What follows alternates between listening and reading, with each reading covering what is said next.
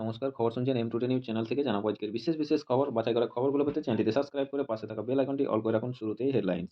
West Bengal HMPV ভয়াবহ virus, ভারতে বিশেষজ্ঞদের বক্তব্যেই চমকে উঠবেন, ফের লকডাউন। আকাশ থেকে পড়ল 500 কিলোর রহস্যময় বস্তু, ভিডিও ভাইরাল। ওয়েস্ট বেঙ্গল, কলকাতায় ভূমিকম্প, কেঁপে উঠল বহুতল। উৎসস্থল কোথায়? রিক্টার স্কেলে তীব্রতা 7.1। মেদিনীপুর, প্রয়াত সিপিআইএম এর নেতা শিবরাম বসুর জন্মদিবস উপলক্ষে গরিবদের শীতবস্ত্র প্রদান মেদিনীপুরে। গড়বেতা ১ নম্বর, রূপনারায়ণ বন বিভাগ সহ বিভিন্ন জায়গায় রয়েছে হাতি, সতর্কবার্তা জারি বন দপ্তরের। মেদিনীপুর, আবাস যোজনা দুর্নীতিতে দেশে ১ নম্বরে পশ্চিমবঙ্গ, তাই শাসক দলের নেতারা আজ গ্রামবাসীদের বিক্ষোভে। মেদিনীপুরে অরূপ দাস। ওয়েস্ট বেঙ্গল, নতুন বছরের শুরুতে ঠান্ডার দাপট, কুয়াশার চাদরে ঢেকেছে ঝাড়গ্রাম। নারায়ণগড়, বাঁকড়াবাদে জাতীয় সড়কে বাইরের সঙ্গে প্রাইভেট কারের মুখোমুখি সংঘর্ষে গুরুতর আহত 2 বাইক আরোহী। মেদিনীপুর, বিজেপির সদস্যতা অভিযান করতে গিয়ে মাইতো এলাকায় আক্রান্ত বিজেপির তফসিলি মোর্চার সাধারণ সম্পাদক মদন রুইদাস। বিনপুর ২ নম্বর, নেতাই শহীদ দিবসে যোগ দিতে কাঁকো থেকে নেতাইয়ের উদ্দেশ্যে রওনা দিলেন বিনপুর ২ নম্বর ব্লকের যুব তৃণমূলের নেতাকর্মীরা। ঝাড়গ্রাম, চাকুলিয়ায় ট্রাক্টরের ধাক্কায় আহত বাইক আরোহী, ঝাড়গ্রাম সুপার স্পেশালিটি হাসপাতালে চিকিৎসাধীন। সাঁকরাইল বিট এলাকায় ৯টি দাঁতল হাতির তাণ্ডবে নষ্ট প্রায় ৭ কাঠা জমির ধান চাষ, মাথায় হাত চাষিদের। ঝাড়গ্রাম, কনকনে ঠান্ডায় জবুথবু অবস্থা জঙ্গলমহলবাসীর। সোমবার রাতে ঝাড়গ্রামের সর্বনিম্ন তাপমাত্রা ১৬ ডিগ্রি সেলসিয়াস। বিনপুর ২ নম্বর, পরপর পশ্চিমী ঝঞ্ঝায় বাধা শীতে বাড়ল তাপমাত্রা, ব্লক জুড়ে সর্বনিম্ন তাপমাত্রা ১৪ ডিগ্রি। বুধবার থেকে পারদ পতনের সম্ভাবনা। মুখে কাগজ গুঁজে হাত পা বেঁধে গণধর্ষণের শিকার বাংলার মেয়ের বিবরণ শুনলে শিউরে উঠবেন। নয়াগ্রাম, খড়িকা মাথানিতে বর্ণাঢ্য শোভাযাত্রা ও ফিতে কেটে উদ্বোধন হলো নয়াগ্রাম সবুজ উৎসব। উপস্থিত মন্ত্রী, সাংসদ, এসডিপিও ও আইসি। ঝাড়গ্রাম, কেন্দ্রীয় অর্থমন্ত্রীর নিকট দক্ষতা উন্নয়ন প্রকল্পের তহবিল বৃদ্ধি সহ ১১ দফা দাবির আবেদন জঙ্গলমহল স্বরাজ মোর্চার। রাস্তার মাঝে প্রেমিকাকে পা দিয়ে পেঁচিয়ে খুনের চেষ্টা প্রেমিকের, আশেপাশে লোকজন বানালো ভিডিও। দিল্লি বিধানসভা নির্বাচন ৫ ফেব্রুয়ারি, এক দফাতেই ভোট, জানালো জাতীয় নির্বাচন কমিশন। সাত সকালেই তিব্বতে জোরালো ভূমিকম্প, মৃত কমপক্ষে ৯৫, কেঁপে উঠল দিল্লি, অসমসহ উত্তরবঙ্গও। গোয়ালিয়রে পরিত্যক্ত হোস্টেলে জুনিয়র মহিলা চিকিৎসককে ধর্ষণ, অভিযুক্ত তার ওই সহকর্মী। ২০২৪-২৫ অর্থবর্ষে ভারতের আর্থিক অগ্রগতির হার হতে পারে ৬.৪%, পূর্বাভাস এনএসওর। ভেনেজুয়েলার জাতীয় দলের ফুটবলার এবার ইস্টবেঙ্গলে। মইপিঠে অবস্থান বদল করল রয়্যাল বেঙ্গল, তৎপর বন দপ্তর। মাদারিহাটে পুলিশ ও আবগারি দপ্তরের যৌথ অভিযান, উদ্ধার ২০ লক্ষ টাকার ভুটানি মদ। ধর্ষণে দোষী সাব্যস্ত আসারাম বাপুকে মেডিকেল গ্রাউন্ডে অন্তর্বর্তী, জামিন দিল সুপ্রিম কোর্ট। মুর্শিদাবাদের বহরমপুরে আইসিআই স্কুলে শিক্ষকদের সঙ্গে হাতাহাতিতে জড়িয়ে পড়ল এসএফআইয়ের কর্মীরা। তামিলনাড়ু ও উত্তরপ্রদেশের ২ বিধানসভার উপনির্বাচনের ফল ঘোষণা হবে আগামী ৮ই ফেব্রুয়ারি। ৫ই ফেব্রুয়ারি তামিলনাড়ুর ইরোডে পূর্ব বিধানসভার উপনির্বাচন হবে বলেও জানিয়েছে জাতীয় নির্বাচন কমিশন। ৫ই ফেব্রুয়ারি উত্তরপ্রদেশের মিল্কিপুর বিধানসভার উপনির্বাচন হবে বলেও জানিয়েছে জাতীয় নির্বাচন কমিশন। আলিপুর দুয়ারে ভুট্টা ক্ষেতের আড়ালে পোস্ত চাষ। দিল্লির বিধানসভা নির্বাচন ৭০টি আসনে ভোট গ্রহণ হবে এক দফাতে, জানালেন মুখ্য নির্বাচন কমিশনার রাজীব কুমার। দিল্লির বিধানসভা নির্বাচন ৮ই ফেব্রুয়ারি গণনা, জানালেন মুখ্য নির্বাচন কমিশনার রাজীব কুমার। গোপনে বাগদান সারলেন বড় পর্দার স্পাইডারম্যান। আইসিডিএস সেন্টারে হামলার অভিযোগ, সহায়িকাকে মারধর। কোচবিহার মেডিকেলের দোতলায় শৌচাগারে ভাঙচুরের অভিযোগ, পুলিশের দ্বারস্থ হাসপাতাল কর্তৃপক্ষ। ময়নাগুড়ির একাধিক এলাকায় পুলিশের অভিযান, কাটা হলো গাঁজা গাছ। দিল্লির বিধানসভা নির্বাচন ১.৫৫ কোটি ভোটার রয়েছে বলে জানালেন মুখ্য নির্বাচন কমিশনার। ব্যালটে ভোট নেওয়া হবে না, জানালেন মুখ্য নির্বাচন কমিশনার রাজীব কুমার। ১৯৯ পয়েন্ট উঠল সেনসেক্স। ডরিনা ক্রসিংয়ে বেসরকারি ও সরকারি বাসের সংঘর্ষ, জখম চালক। ইভিএম হ্যাক করা সম্ভব নয়, রাজীব কুমার। দিল্লির বিধানসভা নির্বাচন ভোটে নির্ঘণ্ট প্রকাশ করছেন মুখ্য নির্বাচন কমিশনার রাজীব কুমার। এইচএমপিভি নিয়ে আতঙ্কিত হওয়ার কিছুই নেই, মমতা বন্দ্যোপাধ্যায়। ডুমুরজলায় সাংবাদিকদের মুখোমুখি মুখ্যমন্ত্রী মমতা বন্দ্যোপাধ্যায়। গঙ্গাসাগর থেকে কলকাতার উদ্দেশ্যে রওনা দিলেন মুখ্যমন্ত্রী মমতা বন্দ্যোপাধ্যায়। শিশু পাচার কাণ্ড, নাগের বাজার থাকা এলাকা থেকে সিআইডি হাতে গ্রেপ্তার আরও এক। হাওড়ায় সাঁতরাগাছি ব্রিজে ওঠার সময় বাইকে ধাক্কা ডাম্পারের, মৃত্যু চিকিৎসকের। তিব্বতে ভূমিকম্প, মৃতের সংখ্যা বেড়ে দাঁড়ালো কমপক্ষে ৯৫। ভাটপাড়া পুরসভার একটি মামলায় তদন্তে জিজ্ঞাসাবাদের জন্য বিজেপি নেতা অর্জুন সিংকে তলব করল ব্যারাকপুর পুলিশের গোয়েন্দা বিভাগ। সাগরে যাওয়ার পথে চরে আটকে গেল তীর্থযাত্রী, বোঝাই ভেসেল। খবর পেয়ে তাদের উদ্ধার করেছে প্রশাসনের আধিকারিকরা। সাগর ব্লকে ১৭টি অঙ্গনওয়াড়ি কেন্দ্র। মমতা বন্দ্যোপাধ্যায়। ১৪ই জানুয়ারি সকাল ৬টা ৫৮ থেকে ১৫ই জানুয়ারি ৬টা ৫৮ পর্যন্ত পুণ্যস্নানের সময় কলকাতা গঙ্গাসাগর হেলিকপ্টার পরিষেবার সূচনা করলেন মুখ্যমন্ত্রী মমতা বন্দ্যোপাধ্যায়। সাগরে ৩টি স্থায়ী হেলিপ্যাড থাকছে। ১৬১ কোটি টাকার প্রকল্পের শিলান্যাস মমতা বন্দ্যোপাধ্যায়। একাধিক প্রকল্পের সূচনা করলেন মুখ্যমন্ত্রী মমতা বন্দ্যোপাধ্যায়। গঙ্গাসাগরে প্রশাসনিক বৈঠকে মুখ্যমন্ত্রী মমতা বন্দ্যোপাধ্যায়। ঝাড়খণ্ড সীমানা লাগোয়া হস্তিকাদা গ্রামের একটি পরিত্যক্ত বাড়ি থেকে প্রচুর পরিমাণে বিস্ফোরক উদ্ধার করল পুলিশ। দিনহাটা পুরসভার চেয়ারপারসন হলেন অর্পণা দে নন্দী। উত্তর কোরিয়ার সুপ্রিম নেতা কিম জং উনের নজরদারিতে পরীক্ষা করা হলো উচ্চ ক্ষমতা সম্পন্ন ক্ষেপণাস্ত্রের। আমেরিকার সঙ্গে জুড়তে কানাডাকে প্রস্তাব ট্রাম্পের। দিল্লিতে কেন্দ্রীয় কৃষিমন্ত্রী শিবরাজ সিং চৌহানের বাসভবনে বৈঠকের জন্য পৌঁছালেন কৃষকরা।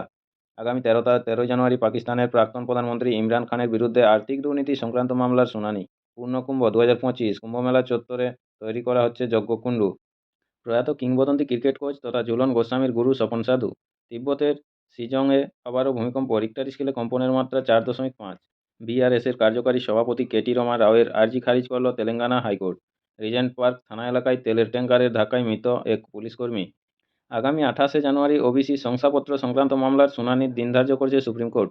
সুপ্রিম কোর্টে পিছিয়ে গেল ওবিসি শংসাপত্র সংক্রান্ত মামলার শুনানি। প্রাক্তন তৃণমূল বিধায়ক তথা অধ্যাপক জীবন মুখোপাধ্যায়ের প্রয়াণে শোক প্রকাশ মুখ্যমন্ত্রী মমতা বন্দ্যোপাধ্যায়ের। আগামী 15 জানুয়ারি এসএসসি সংক্রান্ত মামলার শুনানি দিন ধার্য করেছে সুপ্রিম কোর্ট। অসমে কয়লা খনিতে বিপর্যয়, মৃত্যু হল 3 শ্রমিকের। রেলের আন্ডারপাসের দাবিতে বাঁকুড়ার বিষ্ণুপুরে বাড়ল আন্দোলনের ঝাঁঝ। জাতীয় সড়ক ছেড়ে স্টেশনের প্ল্যাটফর্মে উঠে অবস্থান বিক্ষোভ স্থানীয়দের। হাওড়ায় বাড়িতে ডাকাতি, কানাডার প্রধানমন্ত্রীর পদ থেকে ইস্তফা দেবেন বলে জানিয়েছেন জাস্টিন ট্রুডো। তামিলনাড়ুতে এইচএমপিভি ভাইরাসে আক্রান্ত 2।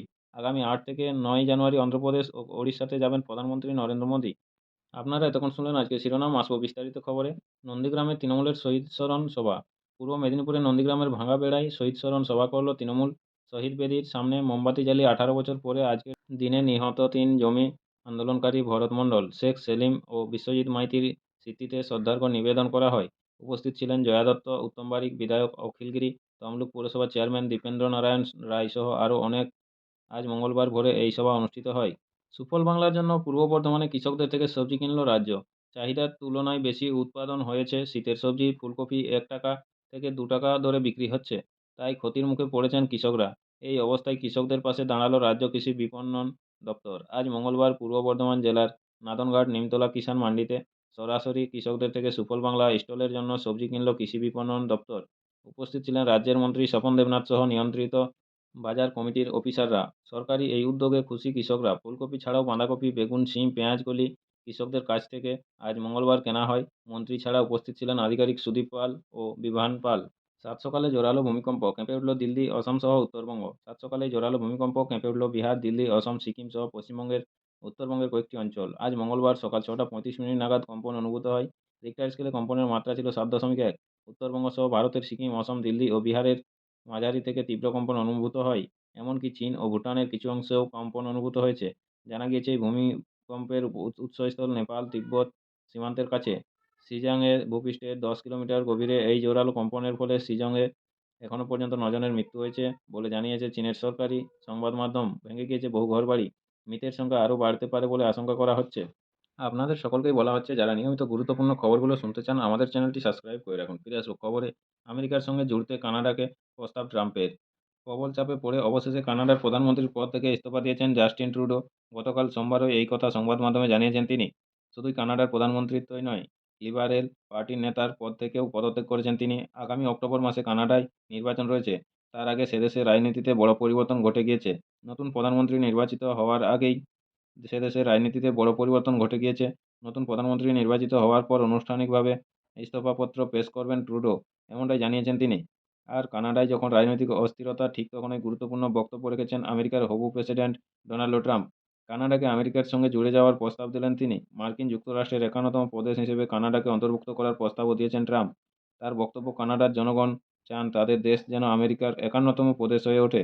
কানাডাকে টিকিয়ে রাখার জন্য যে বিরাট বাণিজ্য ঘাটতি এবং ভর্তুকি দেওয়া দরকার তা আমেরিকা আর সহ করতে পারছে না। জাস্টিন ট্রুডো এই বিষয়টি জানেন এবং সেই জন্যই তিনি পদত্যাগ করেছেন। কানাডা যদি আমেরিকার সঙ্গে যুক্ত হয় তাহলে তাদের কোনো বাণিজ্য শুল্ক দিতে হবে না। করের পরিমাণ অনেক কমে যাবে। একই সঙ্গে রাশিয়া ও চীনের চোখ রাঙানির হাত থেকে রক্ষা পাবে। একত্রে আমরা এই মহান দেশ হয়ে উঠব। তবে এই প্রস্তাব প্রথম নয়। গত নভেম্বরেও কানাডাকে আমেরিকার সঙ্গে জুড়ে থাকার প্রস্তাব দিয়েছিলেন ট্রাম্প, কিন্তু তখন রিপাবলিকান নেতার প্রস্তাব খারিজ করেন কানাডার প্রধানমন্ত্রী জাস্টিন ট্রুডো। যদিও ফের ট্রাম্পের দেওয়া প্রস্তাবের প্রেক্ষিতে এখনও পর্যন্ত কোনো মন্তব্য করেনি কানাডার সরকার।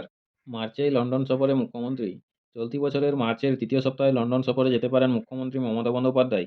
আগামী 24 থেকে 26 মার্চের মধ্যে অক্সফোর্ড বিশ্ববিদ্যালয়ে বক্তব্য রাখার কথা রয়েছে মুখ্যমন্ত্রীর।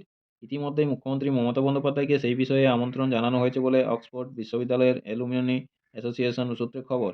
আমন্ত্রণ পেয়ে মুখ্যমন্ত্রীও লন্ডন যাওয়ার প্রস্তুতি নিচ্ছেন বলে সূত্র মারফত জানা গিয়েছে। ভেনেজুয়েলার জাতীয় দলের ফুটবলার এবার ইস্টবেঙ্গলে। লাল হলুদ সমর্থকদের কাছে সুখবর, ডার্বির আগে ইস্টবেঙ্গলে সই করলেন নতুন বিদেশি ভেনেজুয়েলার জাতীয় দলের মিডফিল্ডার রিচার্ড সেলিস। চলতি আইএসএলের বাকি মরশুমে খেলবেন তিনি। প্রতিদিন নিয়মিত গুরুত্বপূর্ণ খবরগুলো শোনার জন্য আমাদের চ্যানেলটি সাবস্ক্রাইব করে রাখুন। ফিরে আসুক খবরে।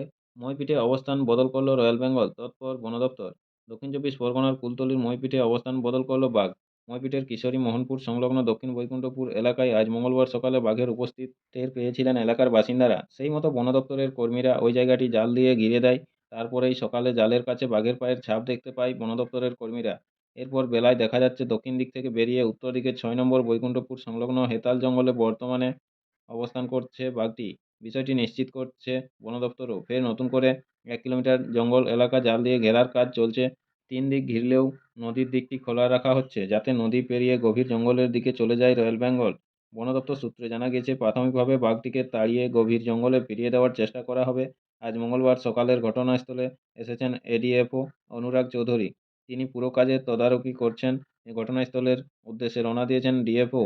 তিনি আসার পর পরবর্তী পদক্ষেপ স্থির করা হবে বলে জানা গিয়েছে। অন্যদিকে লোকালয় সংলগ্ন এলাকায় বাঘ চলে আসার আতঙ্কিত এলাকার বাসিন্দারা। জঙ্গলের পাশেই তাদের বসবাস, রুজি-রুটির জন্য তাদের জঙ্গলেও যেতে হয়। সেই ব্যাপারে নিষেধাজ্ঞা আরোপ করেছে প্রশাসন। এলাকার বাসিন্দারা লোকালয় সংলগ্ন জঙ্গলটি জাল দিয়ে ঘিরে ফেলার দাবি জানাচ্ছেন। এছাড়া রাস্তায় যাতে পর্যাপ্ত আলো লাগানো হয় তারও দাবি জানিয়েছেন। ঘটনাস্থলে রয়েছে মইপিঠ থানার পুলিশ। এলাকার বাসিন্দাদের সচেতন করা হচ্ছে। মাদারিহাটে পুলিশ ও আবগারি দপ্তরের যৌথ অভিযান, উদ্ধার ২০ লক্ষ টাকার ভুটানি মদ। আজ মঙ্গলবার ভোররাতে মাদারিহাটের তুলসীপাড়া চা বাগানে যৌথ অভিযান চালিয়ে পুলিশ ও আবগারি দপ্তর দুটি বাড়ি থেকে বিপুল পরিমাণ অবৈধ ভুটানি মদ উদ্ধার করেছে। আটক মদের দাম প্রায় ২০,৫৪,০০০ টাকা। স্থানীয় বাসিন্দা প্রণেশ থাপা এবং রাধিকা লামার বাড়ি থেকে এই বেআইনি বিদেশি মদ উদ্ধার হয়েছে। এই ঘটনায় প্রণেশ থাপাকে পুলিশ ইতিমধ্যেই গ্রেপ্তার করেছে। আলিপুরদুয়ারে ভুট্টা ক্ষেতের আড়ালে পোস্ত চাষ। আলিপুরদুয়ারের কালচিনির দক্ষিণ মেন্দাবাড়ি গ্রামে ভুট্টা ক্ষেতের আড়ালে পোস্ত চাষের অভিযোগ। বিষয়টি থেকে চক্ষুচড়ক গাছ পুলিশের। আজ মঙ্গলবার ওই গ্রামে অভিযান চালিয়ে ৩০ বিঘা পোস্ত নষ্ট করে পুলিশ।